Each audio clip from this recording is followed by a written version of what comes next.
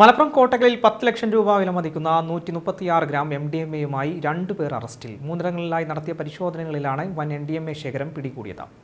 മലപ്പുറം കോട്ടക്കലിനടുത്ത ചെനക്കൽ, തോക്കാമ്പാറ, വേങ്ങര, വെട്ടുതോട് എന്നിവിടങ്ങളിലായി നടത്തിയ പരിശോധനയിലാണ് 136.965 ഗ്രാം MDMA-യുമായി വേങ്ങര സ്വദേശികളായ 2 യുവാക്കളെ പോലീസ് അറസ്റ്റ് ചെയ്തത്.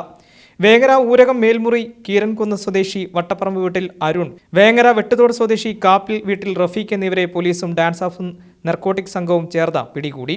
ചെനക്കലിലെ പെട്രോൾ പമ്പിന് സമീപം വെച്ചാണ് വിൽപ്പനയ്ക്കായി സൂക്ഷിച്ച 22 ഗ്രാം MDMA-യുമായി അരുണിനെ പോലീസ് അറസ്റ്റ് ചെയ്തത്. 2022 780 ഗ്രാം MDMA പിടികൂടിയ കേസിൽ ജാമ്യത്തിലിറങ്ങിയിരുന്നതിന് പിന്നാലെയാണ് അരുൺ വീണ്ടും മയക്കുമരുന്നുമായി പിടിയിലായത്. ലഹരി വിൽപ്പനയിലൂടെ ലഭിച്ച 9,000 രൂപയും MDMA വിൽപ്പനയ്ക്കായി ഉപയോഗിച്ച ആഡംബര ബൈക്കും കണ്ടെടുത്തു. കോട്ടക്കൽ രാജാസ് സ്കൂൾ റോഡിൽ തോക്കാമ്പാറയിൽ വിദ്യാർത്ഥികൾക്കും യുവാക്കൾക്കും MDMA വിൽപ്പന നടത്തുകയായിരുന്ന റഫീഖിൽ നിന്ന് 10.41 ഗ്രാം MDMA പിടികൂടി.